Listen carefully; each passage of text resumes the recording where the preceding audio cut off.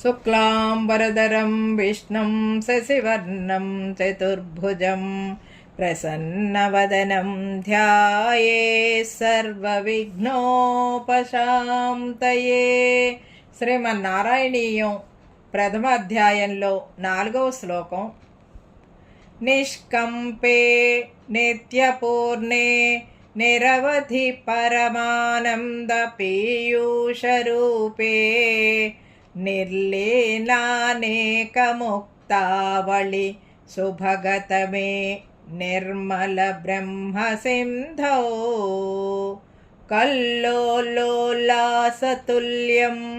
ఖలు విమలతరం సత్వమాహుస్తదాత్మా కస్మాన్నో నిష్కళస్త్వం సకల ఇతి వచః త్వత్కళా స్వేవ భూమన్.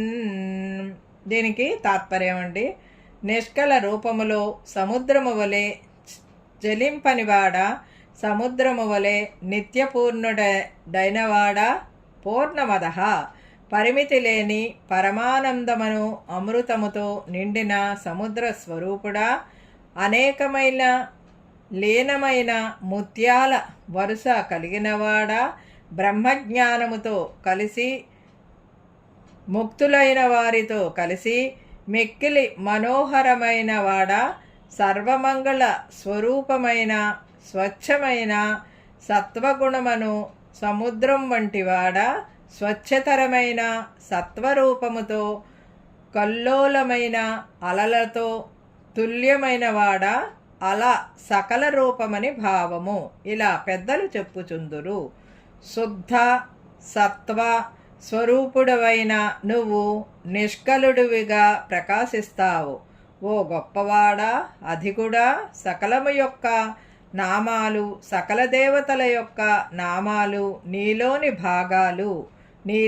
భాగాలే. ఇదండి ఈనాటి వీడియో. ఈ వీడియో కనుక మీకు నచ్చినట్లయితే లైక్ చేయండి, షేర్ చేయండి, కామెంట్ చేయండి, సబ్స్క్రైబ్ కూడా చేయండి. మరిన్ని వీడియోలు కావాలంటే బెల్ ఐకాన్ని నొక్కండి. Thank you very much.